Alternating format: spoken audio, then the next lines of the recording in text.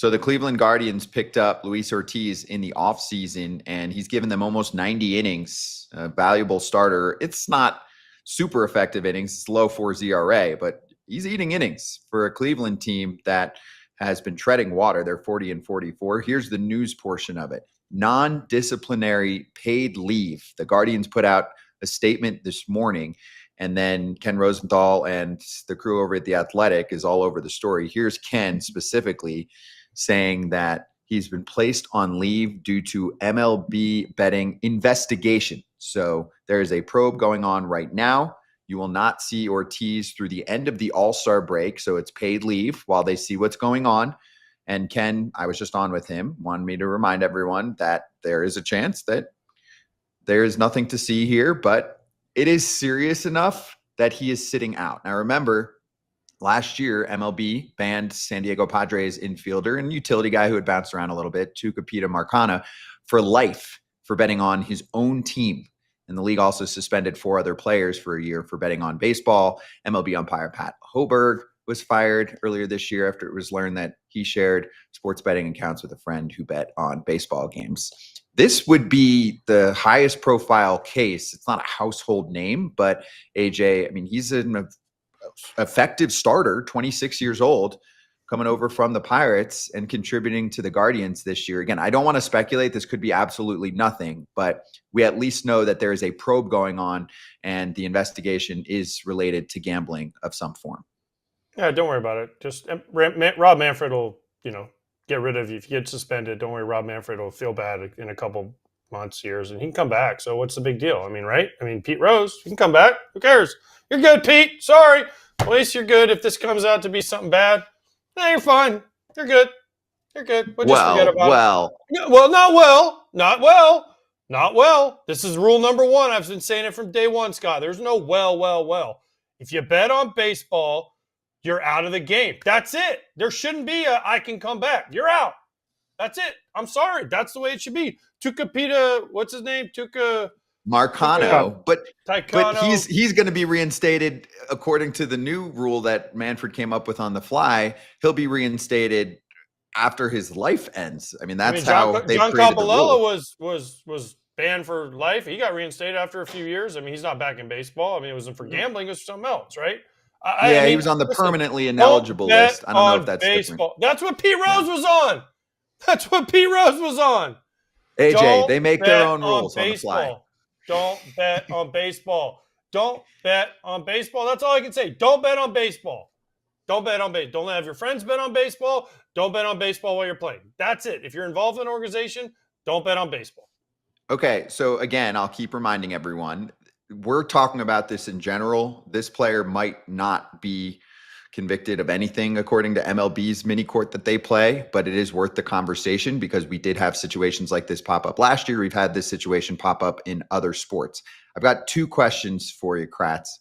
One is, do you think that leagues need to do a better job, not just of education, but of preventing problems from happening? So here's one idea I came up with this morning. You have to sign up on the apps and give quite a bit of information. There's enough technology out there to be able to isolate certain phones or accounts. So I know that players are allowed to bet on other sports. If you're a baseball player, you can bet on football on the app, stuff like that. Should we just say, hey, during your playing career, you can't bet on any sports, and just wipe the fact that you can't even have an app on there and you're not even allowed to sign up? Then you would be resorting back to, if you are gambling, the illegal gambling that's been going on for decades and decades, which was part of why regulation occurred, which is also why we're catching more people. These people in the past that did things like this were still able to place bets, right? I've got friends who've placed bets for 20 years on apps, and they never got caught. Players I'm talking about. There are definitely players out there who did bad things and there was no way to regulate it because it was an underground situation and most of that money was being funneled illegally, or all of it was. So anyway, Kratz, thoughts on how we can better prevent situations like this from popping up for players? The answer is not eliminating it from players, because then exactly what you said will happen. They'll go to illegal sites, illegal bookmakers, all that stuff that will end up getting them in trouble because they're going to they're going to be connected to bad people or people that will put them down the wrong path. To me, all of these sites have, I don't know, we don't know Luis's situation. We don't know what happened, but I know some of the other ones, kind of tied to the player. We need to educate the player a little bit better because this is a huge thing. You can't just read, I forget what it is, Rule 41 or whatever it is. We read it every spring training, and I still forget what the rule number. We can't just read it. We have to make sure everybody understands what that means. You sign up for an account, you are now connected to the gambling site that has an opportunity to give you the risk of clicking on the baseball side of it. To me, the second part of it is all these teams have connections with all these different sites. Each team has a different connection to different sites. You get an account as a player. The team then connects you with said site, and they can just eliminate the baseball portion of it. So there's no way you could possibly, from your account, anybody else could hack it, anybody else could use it, anything, bet on baseball. If we're not willing to take that extreme of an effort, then we just can't have players gamble. But then I think that just means, they're going to find other ways to do it in other sports. You can't just go have a guy on a team get an app and say take away baseball, because then they get traded and the other team is traded. The other team is, one is by this group and the other is by this group. So you can't. So then when they switch teams, then they have to go to a different app. Like no. That's I think you're Kratz looking just at it said. wrong. No. That's what Kratz just said. You can keep the same. You can keep the same app. I don't care what it is. I don't care what company it is. The one that you sign up for as a baseball player. Then we have connections. You just eliminate the baseball portion of your betting site. That helps players still be able to bet on basketball, on football, on Wimbledon right now, on soccer, but they have no access to getting into their baseball part of their account. Doesn't matter what team they're on. I just meant like the Pirates have a connection to that company, and this team has a connection to that company. It doesn't matter. You can go on that app. Doesn't have anything to do with the team affiliation. It's just they have a connection. Hey, we have a player here. We have 26 players that want to download your app. I need you to eliminate the baseball part of their site. Yeah, this would be an MLB thing, AJ, where MLB would have an agreement and say, hey, let's get that off. I actually do see this point because sometimes you can hit those quick parlays and they'll combine sports. It can get very complicated very quickly. So it's like, hey, per league, let's just, if these guys want to do it, we inform them and educate them that there's a way to do it, or we have your name linked, or we are able to take that portion off of the app so it's not in front of your face, and so that you don't press a wrong button. That would eliminate that situation. Okay. They're not pressing wrong buttons. These guys, Pete Rose, these guys did not press the wrong button. They bet on baseball. Don't bet on baseball. That's it. You can have whatever the frick app you want. Listen, every day on this show, we have to do a lock of the day, right? But I never in my life thought of placing a bet when I was playing or a part of an organization as a front office person, as whatever you want to call it, because it's wrong. And as far as Article 21 goes, Kratz, they read it to you and they make sure you sign something. So unless you weren't paying attention, I don't know how you weren't educated enough. It says, don't bet on baseball. When you walk in a clubhouse, it says, don't bet on baseball. Please. You can bet on football. You can bet on whatever you want. So basically we're going to give them a pass because they didn't check their parlay. Well, then you're just dumb. I'm sorry. Because every day when I send my bets in, I have to check to make sure it's the right bet. And then Claudia goes, are you correct with this bet? Yes. Thank you. Okay, now we're going to put it out there for the world to see how good or bad we are at it, okay? But don't give me like people aren't educated. You're not educated because you didn't pay attention. Because this happens every spring training in every clubhouse. You get called up, you're on big league camp, they make you sign Article 21, they read it to you, you're sitting there. So the education part is like steroids to me. If you're not educated, it's because you don't care and you just don't care about breaking the rules. And as far as like getting an app and taking it away, okay, fine. You can't take away every app because you know what they're going to do? If they want to bet that badly, they're going to go to their friend's app and use it. Or they're going to go to their cousin's app or their uncle's app or their grandfather's app or their whatever app they can find that has baseball. If they want to bet on baseball this badly and don't care, they're going to find a way to do it or they're going to go illegal. So by saying, let's take it away, like that's like saying I don't know. There's so many things that you could run off of this. I don't have one off the top of my head, but let's not. Okay, we don't want car accidents. Let's take away cars. We don't want this or that. Well, let's take that away. Well, guess what? That's not real life because it's not going to happen. Building a hair growth routine is easy only if you go with Nutrafol. Why is that, Todd Father? Nutrafol, you think about hair. For me, sometimes the hair gets thinning. This thing will thicken your hair up as much as you need. You think about going to weddings or going to the beach or just hanging out with friends and you want to take photos.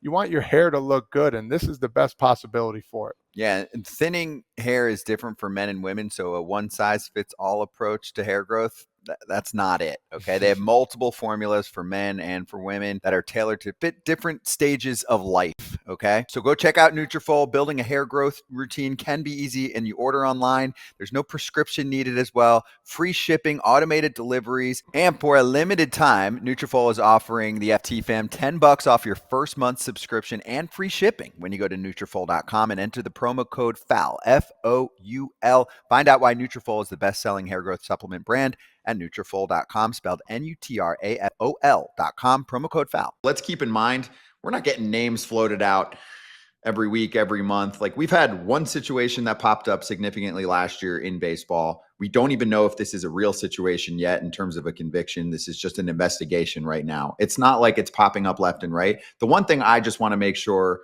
we stress, because you guys are players, you've been in a clubhouse, you played for decades, right? You've spanned decades in terms of your playing career. Let's not act like before regulation of betting companies and sports betting outside of Las Vegas, that guys didn't place bets, right? Some fans will be like, well, now you can just hop on your phone. I'm like, you could do that for the last 20 years, unless you're an idiot. You ask one person, right? It's like weed for the last 20 years. It's like, you could get that pretty easily over the last 20 years before they started making it legal, right? It's like ask one friend and they know a guy. It was the same thing with betting. So AJ, did you know people that bet on, say, football games or other things before it was legal? Thank you. Because some people are like, oh, well, now there's an app. I'm like, you could do that. People used bookies for decades. You're stupid if you think that's what's going on. We were just in Las Vegas, right? And there's certain cities, states where betting isn't legal on app. In Florida, there's one app you can use. It's Hard Rock, okay? Yep. Sorry, that's the facts. Those are the facts. You can use Hard Rock. You know how many people I know that don't bet on Hard Rock and they do it another way? There's apps out there that are funneled through. We all know this. Funneled through other countries. And then there's people that, if you don't pay, it's like the movies. They come and get you, right? It is what it is. I mean, I'm sorry. That's real life, okay? But to people bet, yes.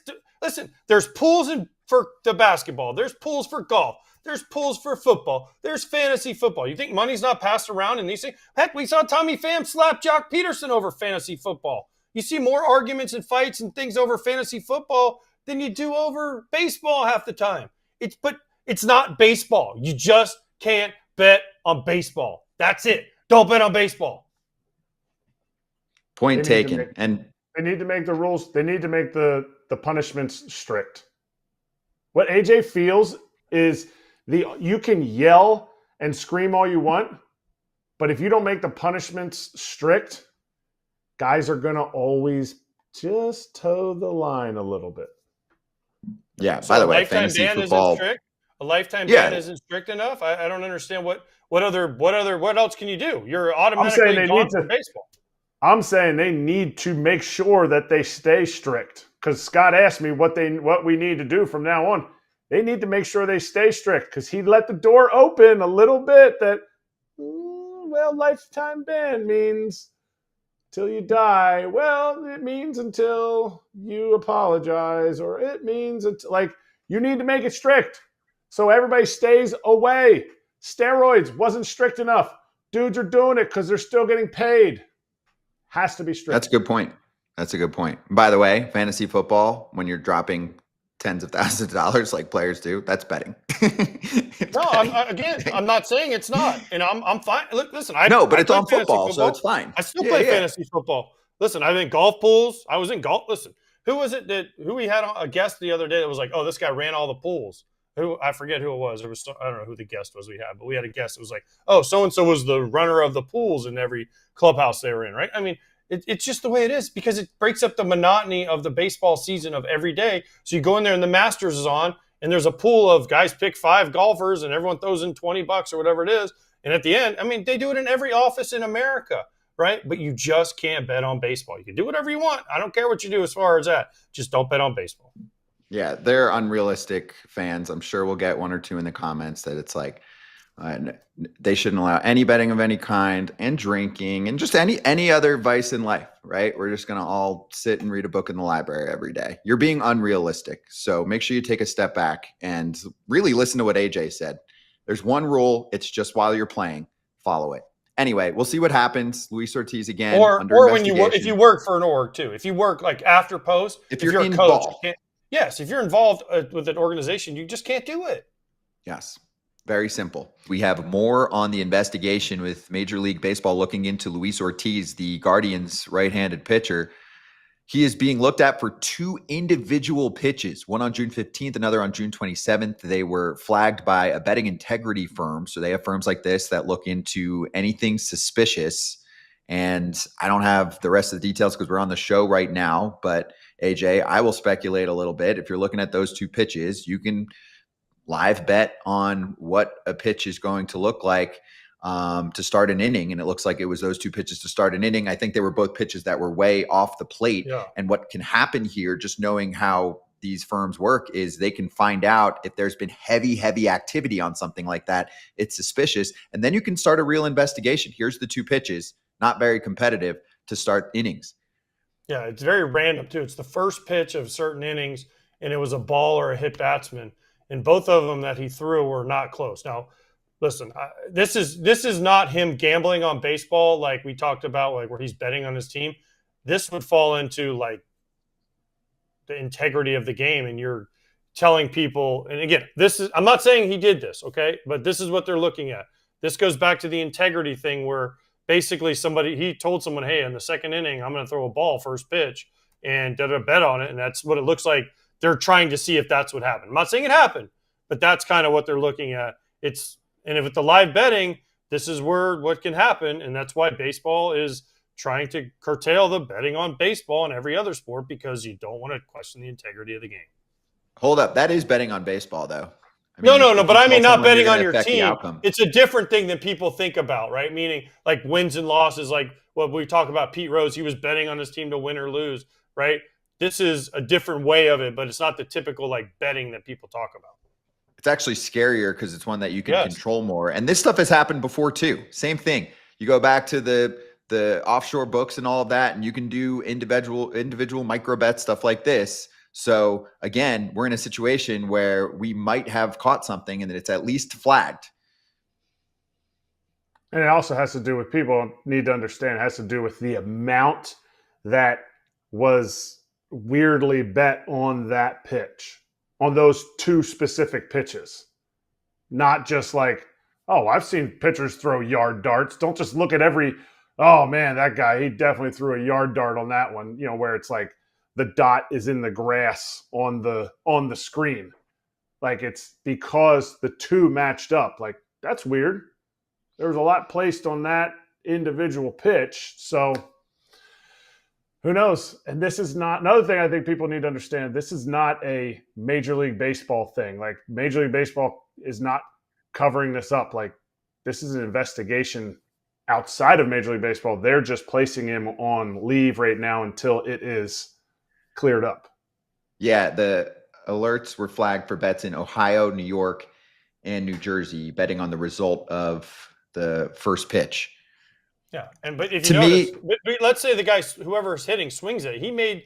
What they're saying is basically he knew that what they're looking into is if somebody got to him and said, "Hey, first pitch in this inning, can you throw a ball?" Right, and then he throws, so far out that even whoever's hitting couldn't swing at it to make sure it was a ball. That's what they're questioning. Not saying not saying he did it, not saying that at all. But that's what the investigation is about.